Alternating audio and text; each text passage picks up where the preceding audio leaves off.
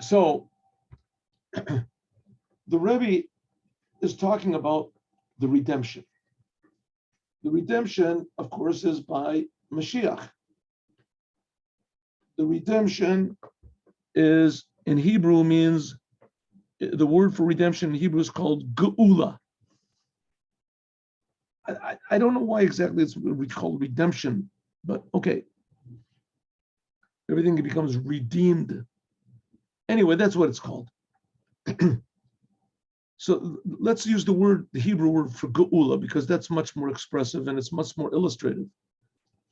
The word geula, says the Rebbe, is made up from a word which is the worst situation of the Jews there can possibly be, gola. And geula is exactly the opposite. Geula means a revelation of God, a revelation like we just finished talking about in Likkutei Torah. A revelation of God, a revelation of the meaning of the world, how we see how important every detail of creation is. That's geula. Everything becomes freed to be what it's supposed to be. Geula. So the Rebbe said, what is this big, of all the words that God picked to indicate the future redemption, why did he pick this word? I mean, they have, for instance, we drink 4 cups on the night of Passover, 4 cups of redemption. And this corresponds to the 4 languages expression of redemption. Hotzeti, hitzalti, goalti, lakachti. Right? All these words. Why do we call the future redemption on geula, which is only one of these? Why not take another one? Hotza'ah, hatzalah. Right? The God take us out. He will save us. Why geula? Especially because this word geula, it's composed of 4 bad words. It's reminding us of the exile. It's reminding us of this terrible situation where the Jews are just completely confused and self-destructive and consequently destructive to the whole world. Why remind us of this word? Pick another word that doesn't have any connection with exile. So the Rebbe said, no, that's exactly the point. This exile that we're in, it just comes from an improper way of viewing the world, an incomplete way of viewing the world. The world is a very, very good place. The world is, not only is it a good place, it's the whole reason God put us here in the first place. Because the world is very, very important to God. Another way of saying it is the body is more important than the soul. God puts the soul into the body in order to fix up the body, in order to fix up the world. This is a big novelty. As we've repeated so many times, Dira b'tachtonim. God wants a dwelling in this world. Why that's what God wants, I don't know. But God did not leave the souls up in heaven. He could have left them up in heaven. He put them down in the world. He didn't put them down in the world because he's cruel and he wants to see us running around like little rats in a trap or something to see if we get out of this maze, right? To see if we make it up into the upper worlds. No, the fact is that every detail of this world is tremendously important. It's like when people were digging for gold or whatever, so they would go deep, deep down into the ground, and then they would come out with these gold and diamonds. They would be rich. They would be rich. Okay, it's the same thing with us. You can have this world, you can have all the riches, but if you don't go inside of the riches, so the riches themselves are meaningless. Meaningless. God put us into this world in order to find the true treasure in this physical world, not to go to the upper worlds, go to heaven. That's the opposite of Judaism. Judaism says there is such a thing as heaven, but that's only a temporary spot. There's only heaven because Adam ate from the tree and people die, but people shouldn't die. Right? Heaven is just like a consolation prize for the fact that Adam ate from the tree and that there's death in the world. So while you're waiting, to either to be reincarnated or whatever, the raising of the dead, so you hang around in heaven for a while. And there are these big revelations and big glory and things like that. But that's not the whole point. Up in heaven, You get pleasure, but you don't give God pleasure. In this world, we give God pleasure.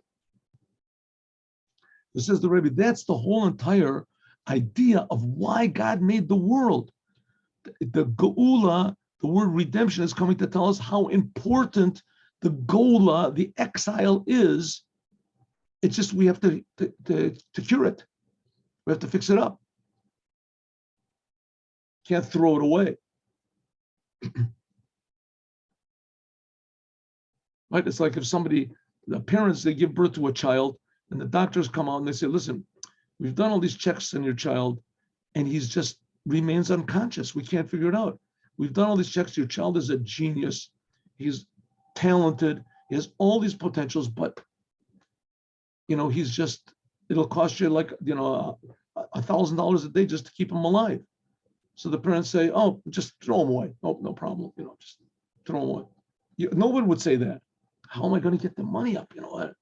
Maybe we can make a reduction. Maybe we can this. Or we can gather money for this. Or figure out some way. Maybe we can figure out another way to keep him alive.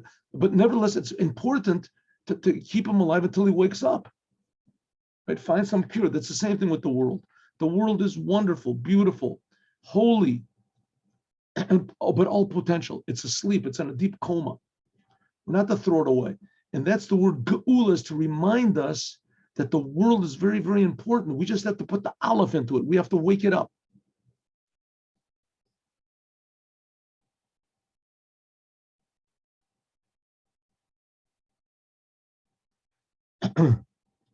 That's what the Rebbe said. We have to remember, look at three things and you won't come to do a sin. What are the three things? Says the Rebbe, the three things are not necessarily the three things that it says afterwards. Know where you're coming from, where you're going to. This is in Pirkei Avot. A person, a Jew, a human being, always has to look at three things. What are the three things? Himself, the world, and God. Or let's put it in a more dramatic way. Himself and God and the world. A person might think that, listen, now I'm a religious person. What do I care about the world? I got to get out of the world. There's me and God. If I do what God wants, then I'm going to go to heaven. That's what I'm looking forward to. Right? The eternal reward that's waiting for me in the afterlife. Says the Rebbe, that is a big mistake. A big selfish mistake. We're here in the world to think about three things: ourself and God and the world.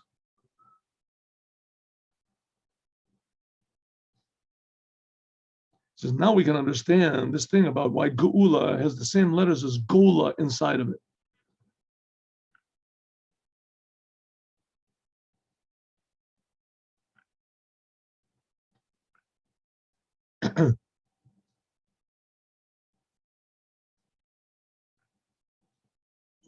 One minute. Let me get the pointer over here. Now we can understand why Geula has the letters Gola and was just an exile with just an ALEF. Geula, this whole idea of redemption, it does not negate the world, but exactly the opposite. It elevates the world. It elevates the exile by means of that it brings it into it, the alufo shalom. Like the example I gave you, the child is born, he's tremendously talented, he's a genius, he's wonderful, he's beautiful, he has a sense of humor, he'll make everybody happy around him, he'll improve the world, he'll invent new things, but he's in a coma. And as he's in a coma, it costs a lot of money to keep him alive, and it's just a big problem and a big trouble, and you get absolutely nothing out of him. He doesn't smile once in a while or lift up his finger in gratitude, absolutely zero. The same thing as the world. It's just a big drag, the world. It just keeps us down in more ways than one. But nevertheless, it's holy, potentially.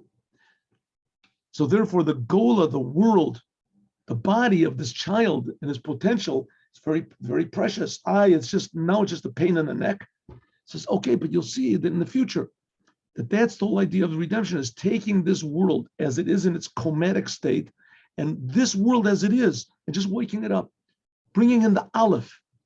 Kavan sin shekavana so dear, because God, the whole reason God made this whole business, right? Why did He make this whole stew that we're in? Is because God wants us to transform it Dira b'tachtoni, to make this low world into a dwelling for him. Kola, this includes even how the lower world was in exile, to reveal the alufo shel olam. If you remember last week's haftorah, did we say this last week? No, this was the haftorah that you people outside of Israel said. Odecha ki anaftabi. Will be grateful to God for all the tortures that he put. The Jewish people will be grateful for all the tortures, all the Holocaust and everything. Will be grateful. What does that mean? Well, we'll become all of a sudden masochists. We'll say, wow, I'm so happy. Exactly the opposite. Will reveal, I have absolutely no idea how this is going to be, so don't ask me. But some way we'll see that this was the best, most wonderful. All right. Not to talk about things that pain the heart. Here we go. That's the whole essence of what the future redemption is. Even the things which are above the world, like the raising of the dead and etc., which that's nothing to do with the exile. This is revealing Or Ein Sof, revealing the infinite light of God in this physical world. Until that the world, the whole entire world becomes a dwelling for God in this physical world, for God's essence. And we're talking about every single human being in the world will just come to recognize his creator. And therefore, therefore, the whole thing of the future redemption depends on the Jewish people, especially their deeds and their service all of the time of the exile. That's what it says in the Tanya. Was that the 37th chapter? Ha'avoda, the Knesset, the ALEF. Namely, what do we have to do? Bring this ALEF, bring God into everything. Everything you do, you say, what does the Torah want me to do here? What would God want me to do? And then when you do things, you do them in a way of excitement of doing what God wants. In other words, by means of this, becomes the future redemption. The majority of the letters of this word redemption come from the exile, like we said before. Zotemer, in other words, this comes to say, Nosef Lazeh, in addition to the fact that the elevation of the future redemption comes by means of us being in exile, Al derech, like it says, the revelation of this new powerful light of the soul comes by coming down below in the physical world, or in English it's called a challenge.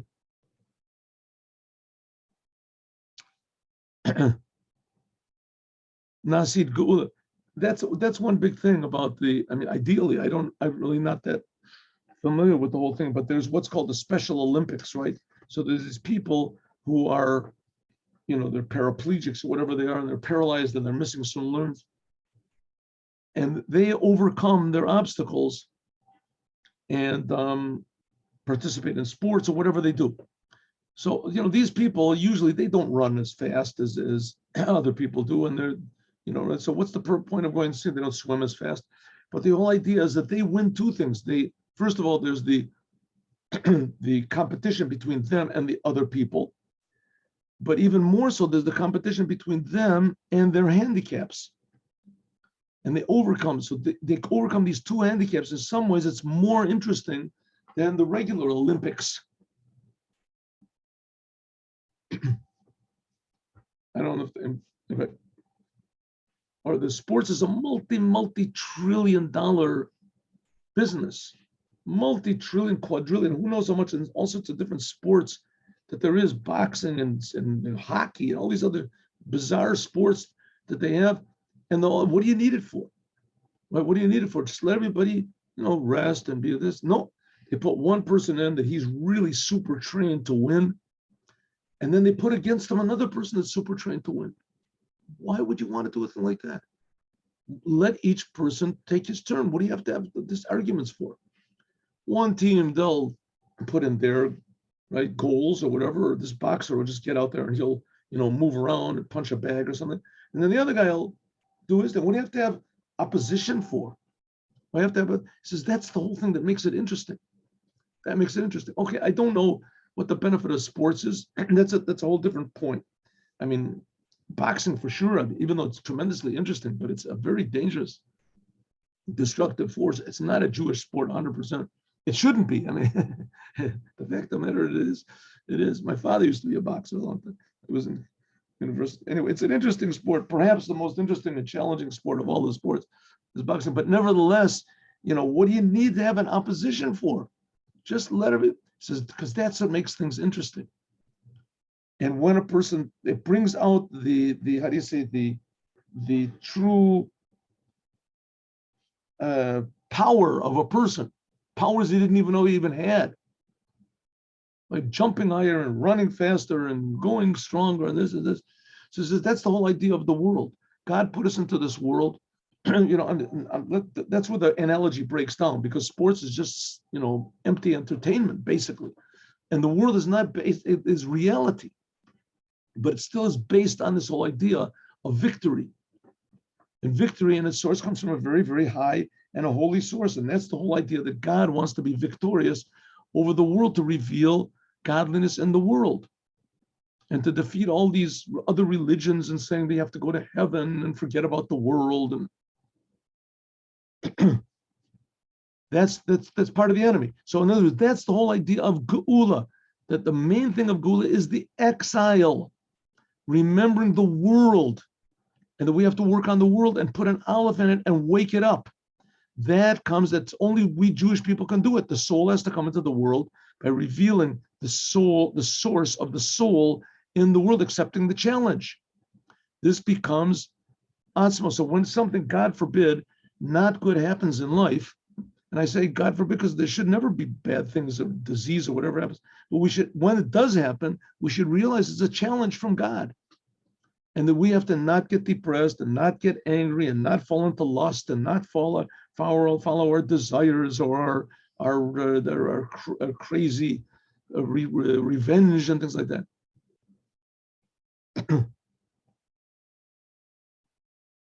That makes a dwelling for God's essence. Now this whole thing we can understand, especially now, on the days of the Sphere. Now we have to remember that when the Rebbe spoke this was in a year that was what's called a regular year. Our year is what's called a pregnant year. So there's an extra month, an extra Adar. So because there is an extra Adar in this month,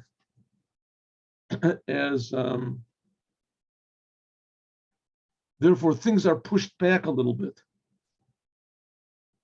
Okay, things are pushed back. So when the Rebbe gave this, it was the same Torah portion, but it was like a month, the date was a month later. So as a result, it was like Passover came a month before the Rebbe spoke this Sikha. Here it only came a week before. Okay. So, but nevertheless, it's relevant to all time. So let's go. Let's talk about the days of the Sphira. In these days between Passover and Shavuot are 50 days, 49 days exactly, and the 50th day is Shavuot. Is that 7 times 7? So we go through what's called the Pirkei Avot. There's a book called Pirkei Avot, 6 chapters, and we finish these 6 chapters. Right? We finish the 6 chapters, 1 chapter every Shabbat.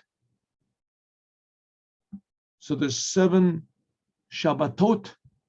So it ends up that we finish at one time a little bit more. We in Chabad, and there's a lot of others, that we don't stop at Shavuot. We continue until Rosh Hashanah. So we end up finishing Pirkei Avot like 2-3 times altogether. Okay. So first of all, these are the days of Sphira. We do Sfirat HaOmer. It's a commandment every night. Every night we count the Omer. Right, 50. Count the 50 days. Why it's called the Omer, we'll talk about it a different time. Ube'em Atzmam, there is Shabbat, the first Shabbat from the 7 Shabbat. Our Shabbat is the first. This is the first. Then it was the 4th. It's also Malchut Shebenetzach, and the parsha of the week is Achrei Kadoshim. By us, it's just Kadoshim. And also what we read in Mincha, which we will read in Mincha, is that's Parshat Emor. And also there's going to be the holiday of Yud Gimel Iyar. And we're going to talk about all these things, God willing, tomorrow. God, what is the connection? Sfirat HaOmer, counting of the 7 weeks till we reach Mount Sinai, give the receiving of the Torah.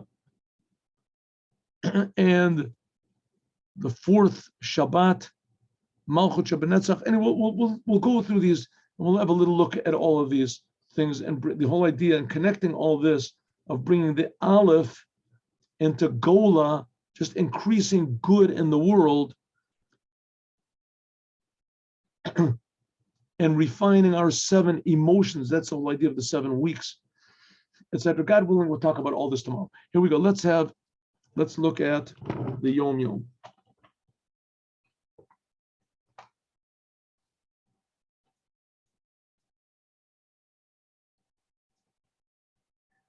A person's service to God must be according to his character and his talents. Some people are, how do you say, a very fine service of God. And they do simple work.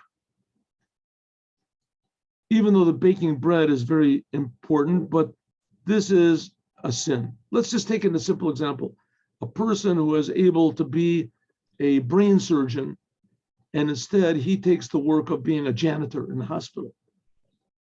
So, being a janitor is necessary. You have to have janitors over in the hospital, but this is a tremendous waste of ability.